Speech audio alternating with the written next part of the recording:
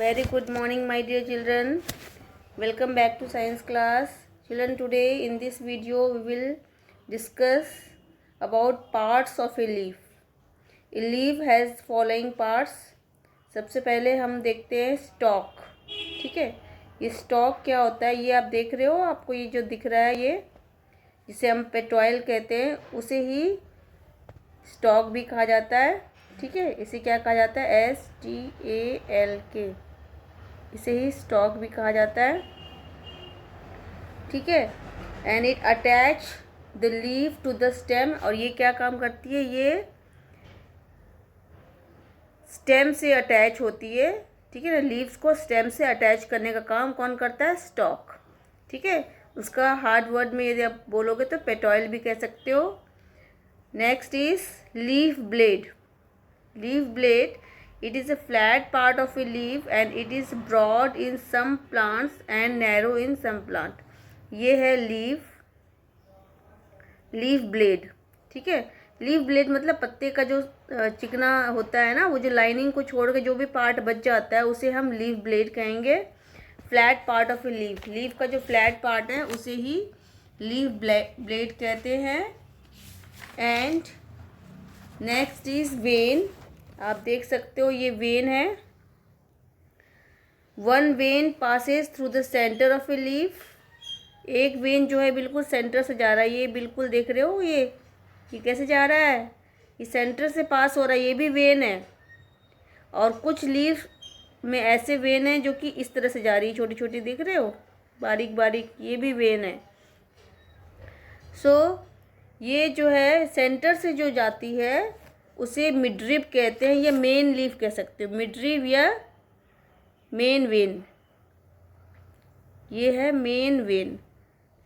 ठीक है, एंड और ये जो जा रही छोटी छोटी वेन दिख रहे हैं आपको, छोटी छोटी जो पतली वेन है. Many side veins arises from it and the vein carry water and mineral through the leaves and carry prepared food from the leaf to different parts of the stem. तो इस वेन्स का और इस main vein का क्या काम है? जो बारीक वेन है और मेन वेन का काम होता है कि जो भी फूड प्रिपेयर करती है लीफ, ये प्लांट्स के डिफरेंट पार्ट्स तक पहुंचाने का काम करती है. मतलब एक तरह का ये ट्रांसपोर्ट का काम करती है. जिस तरह से एक जगह से दूसरी जगह फूड को हम ट्रांसपोर्ट करते हैं, तो ये प्लांट के अंदर रह के जो है ये वेन्स जो है जो भी खाना लीफ प्रिपेयर करती है वो उसे ट्रांसपोर्ट करती है और एक जगह से दूसरी जगह, मतलब कह सकते हो कि प्लांट के हर एक पार्ट तक पहुंचाती है.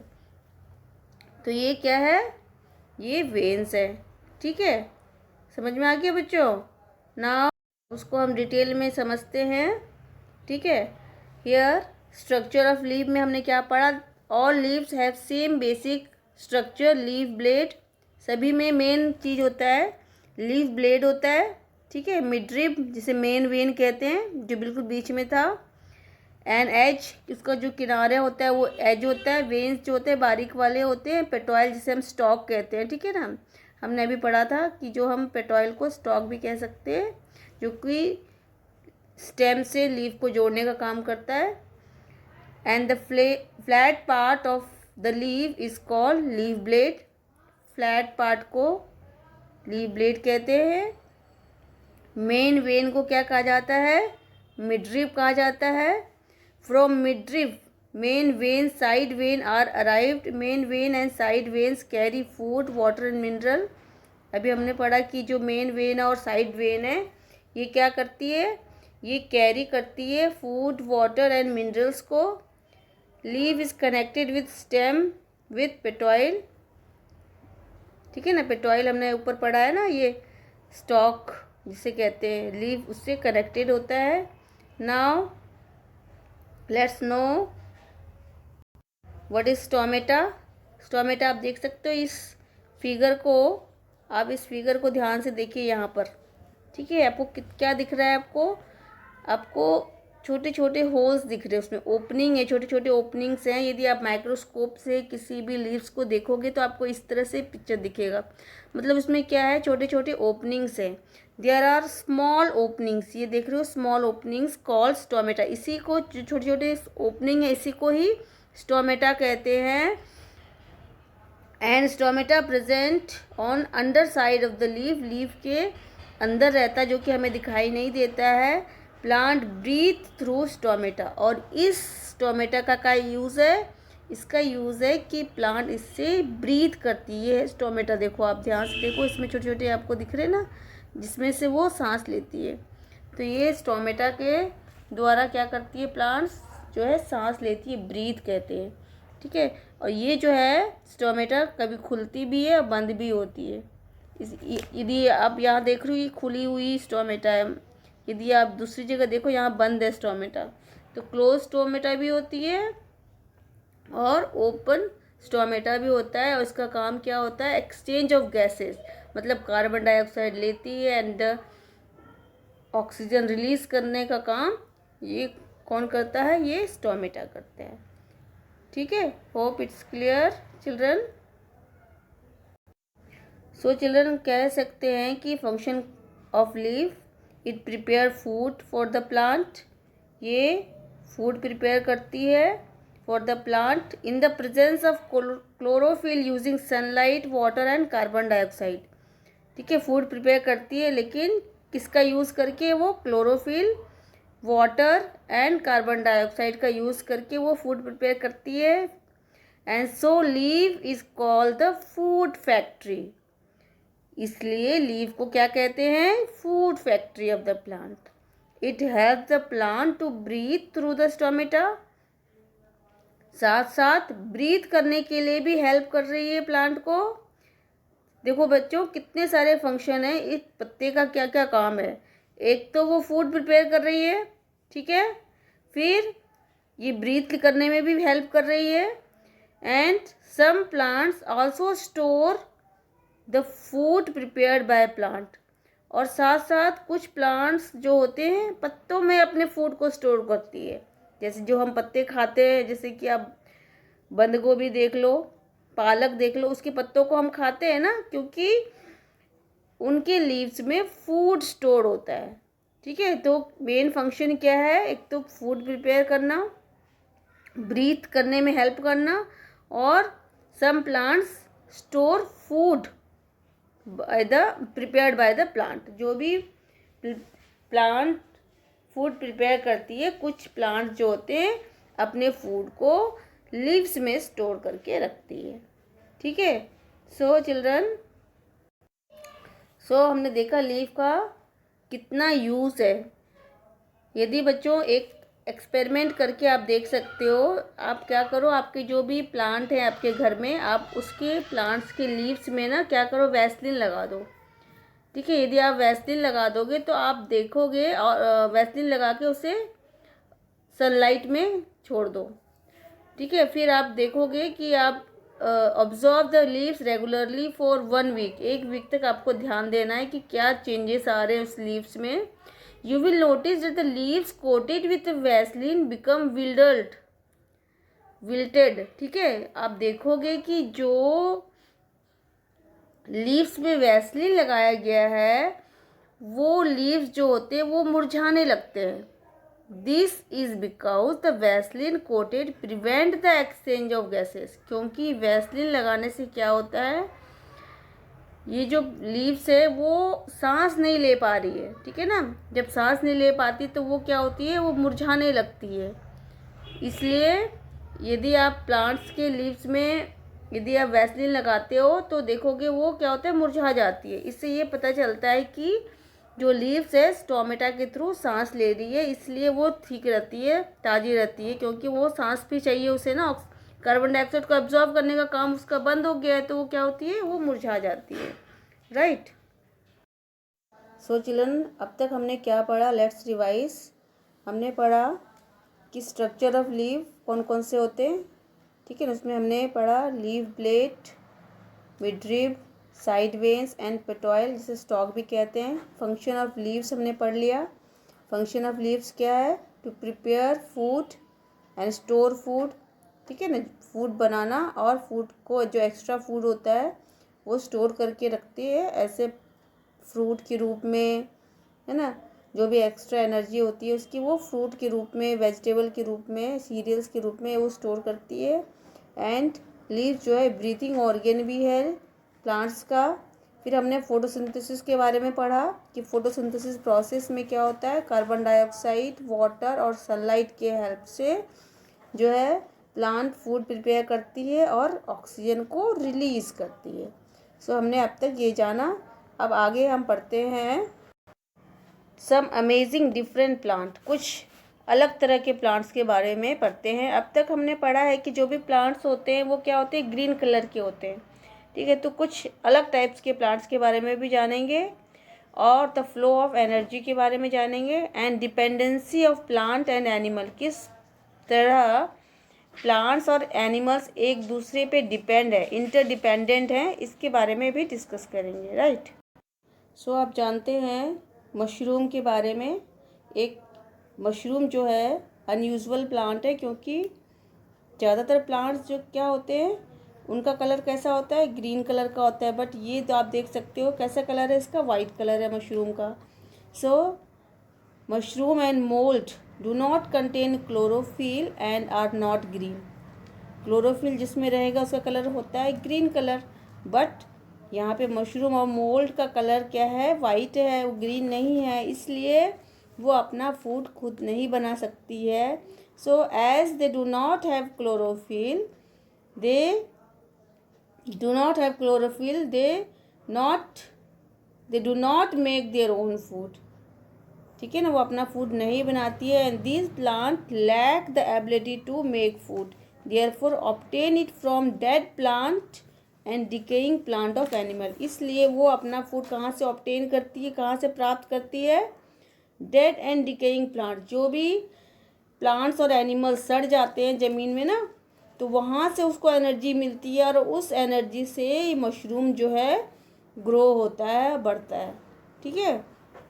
तो मशरूम कैसे बढ़ता है, कैसे एनर्जी प्राप्त करता है, they get energy from dead and decaying plant and animal. जो भी प्लांट और एनिमल्स, इंसेक्ट, बहुत सारे प्लांट और एनिमल्स जो होते हैं वो ज़मीन पे जब मर जाते हैं और ज़मीन पे लेयर हो जाती है उनकी, तो उन डेड एंड डिकेइंग एनिमल से का फूड यूज़ करके मशरूम जो है ग्रो करता है, ठीक है।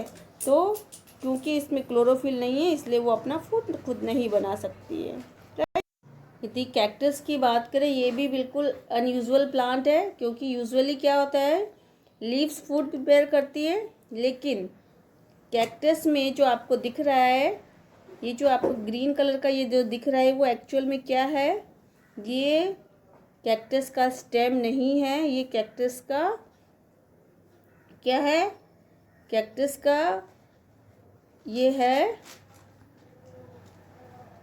So children let's revise whatever we studied. अब तक हमने पढ़ा, क्या पढ़ा बच्चों, स्ट्रक्चर ऑफ लीव्स के बारे में पढ़ा। इसमें हमने पढ़ा था कि लीव्स में मिडरिब होता है, बिल्कुल बीच वाली जो वेन्स होता है, साइड वेन्स होते हैं, पेटोइल जिसमें से स्टॉक जिसे कहते हैं, जो कि लीव्स और स्टेम को कनेक्ट करते हैं। एंड हमने लीव्स के फंक्शन के बारे में पढ़ा कि लीव्स जो होती है वो फूड स्टोर करती है और ब्रीथिंग ऑर्गन का काम करती है, सांस लेने का काम भी कौन करती है, ये लीव्स करती है। हमने पढ़ा फोटोसिंथेसिस के बारे में। फोटोसिंथेसिस में हमने पढ़ा कि फोटोसिंथेसिस वो प्रोसेस है जब लीव्स जो है वो कार्बन डाइऑक्साइड, वाटर और सनलाइट, ये तीनों चीज़ को यूज़ करके फूड बनाती है और ऑक्सीजन रिलीज़ करती है, राइट। यहाँ तक हम पढ़ चुके हैं। Now let's know some amazing different plant, कुछ ऐसे प्लांट जो कि ग्रीन नहीं हैं, ठीक है ना, उसके बारे में भी जानेंगे। और कुछ ऐसे जो कि जिसमें लीव्स फूड प्रिपेयर नहीं करती है। ओरिजिनल में क्या होता है कि फूड कौन प्रिपेयर करती है, लीव्स प्रिपेयर करती है, लेकिन कुछ प्लांट्स ऐसे हैं जिसमें फूड प्रिपेयर करने का काम स्टेम करता है। Let's no one by one. So children here you can see, आप देख सकते हो ये किसका फिगर है, ध्यान से देखोगे तो आपको पता चलेगा ये है मशरूम। ठीक है, so mushroom and mould do not contain chlorophyll and are not green. इसमें क्लोरोफिल नहीं है, इसलिए इसका कलर कैसा है, ग्रीन नहीं है।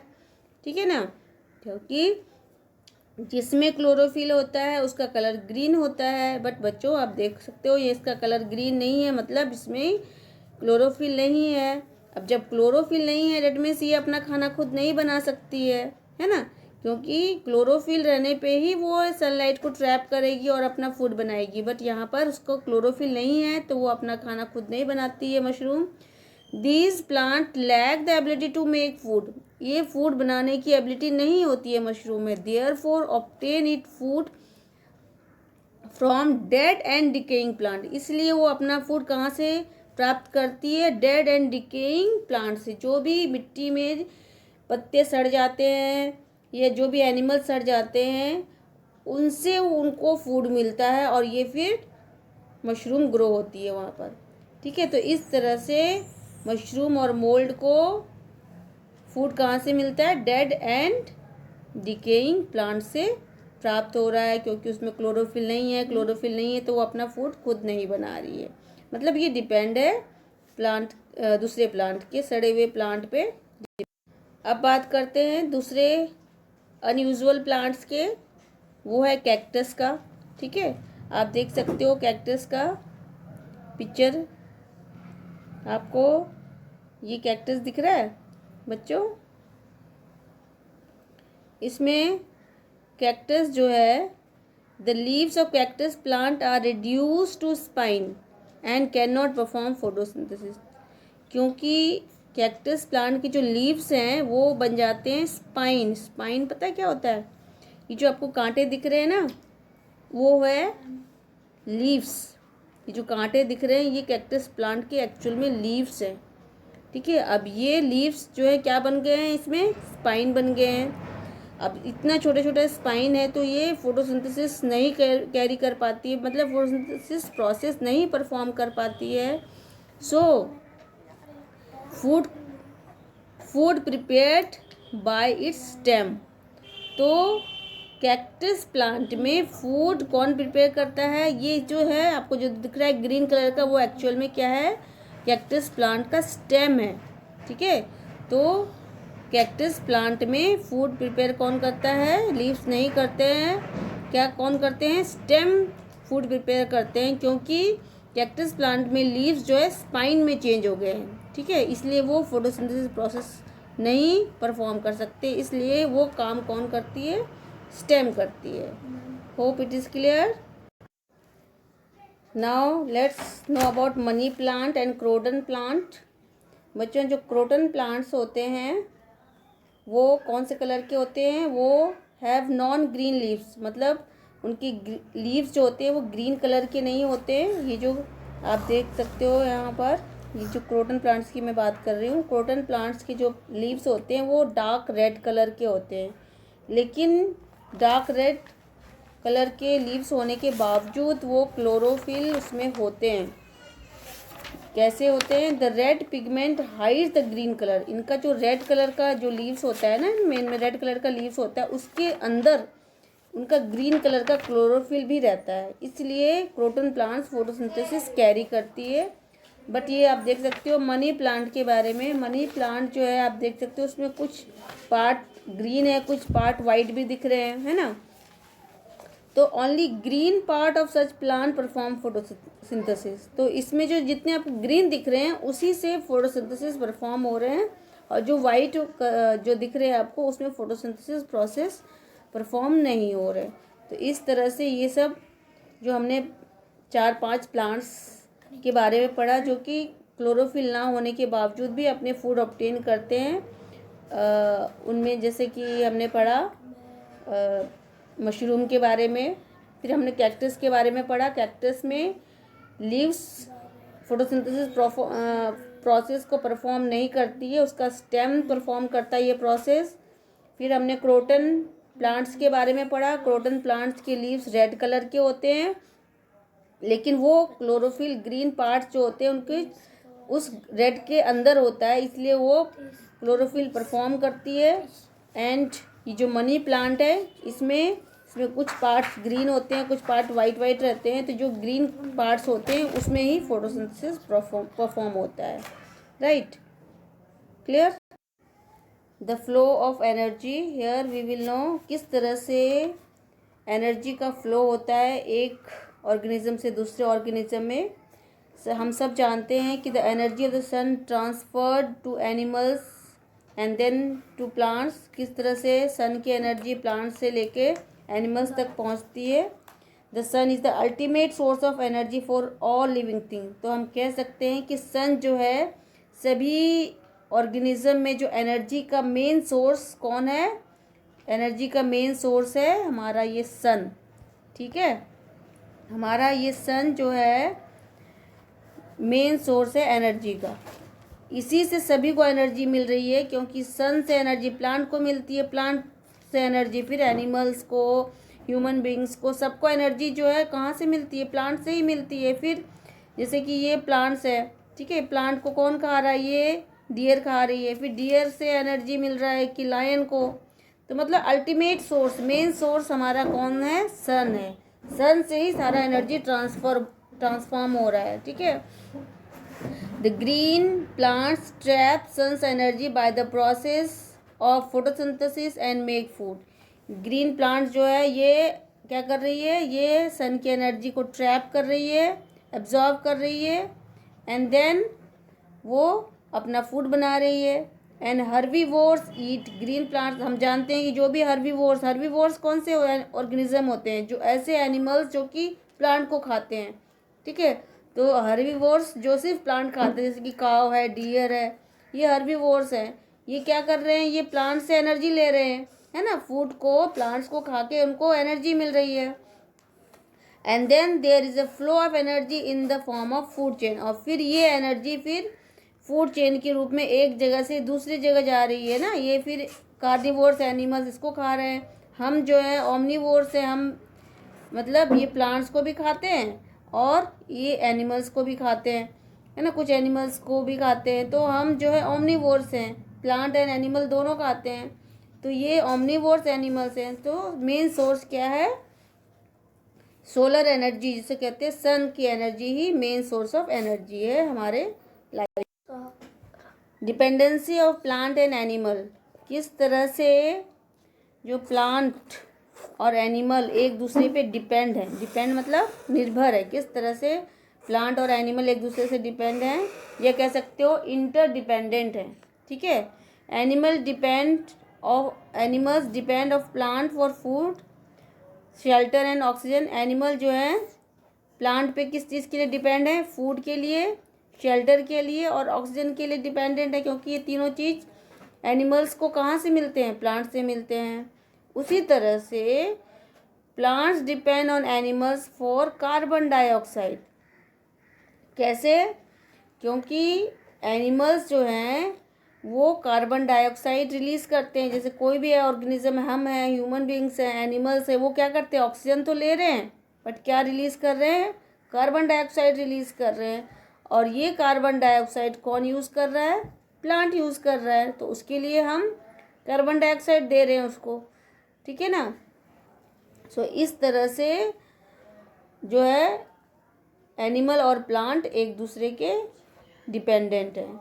Okay, plant use carbon dioxide for photosynthesis, oxygen released in an and product of photosynthesis is used by animal and human beings to breathe. Hence it is important to maintain the balance between the number of plant and animals on earth. इसलिए ये important है कि balance करके रखें कि कितने number of plants भी होना ज़रूरी है और एनिमल्स भी रहना ज़रूरी है, दोनों का बैलेंस रहना ज़रूरी है, तभी हमारा लाइफ में, अर्थ पे जो लाइफ है वो सही तरह से चल पाएगा। यदि प्लांट्स कम हो जाएंगे, एनिमल्स ज़्यादा रहेंगे, तो उन्हें फूड पूरी तरह से मिल नहीं पाएगा, है ना। तो यदि बैलेंस रहेगा तो सबको सब चीज़ मिल सकता है। If there is sudden increase in the number of animals on earth, plant will not be able to supply enough food and oxygen to animals. यदि अचानक एनिमल्स की संख्या ज़्यादा बढ़ जाती है धरती पे, तो क्या होगा? प्लांट्स इतने नहीं होंगे तो क्या होगा? जितने भी एनिमल्स उनको फूड नहीं मिल पाएगा, है ना। यदि there is sudden decrease in animals, यदि बहुत कम एनिमल्स हो जाते हैं, ठीक है, जैसे एनिमल्स सारे खत्म हो जाते हैं, तो क्या होगा? There would not be enough carbon dioxide for plants, तो प्लांट्स को कार्बन डाइऑक्साइड कैसे मिलेगा? क्योंकि प्लांट्स को भी तो कार्बन डाइऑक्साइड चाहिए। यदि मान लो सारे एनिमल्स खत्म हो गए, सिर्फ प्लांट्स ही प्लांट्स रह गए, तो क्या होगा? प्लांट्स को भी तो कार्बन डाइऑक्साइड चाहिए, वो कार्बन डाइऑक्साइड कहाँ से मिलेगा? एनिमल्स का भी उतना ही ज़रूरी है जितना कि प्लांट्स का रहना ज़रूरी है, क्योंकि दोनों एक दूसरे पे इंटरडिपेंडेंट है। Okay children, hope this much is clear. With this we completed our chapter. Thank you.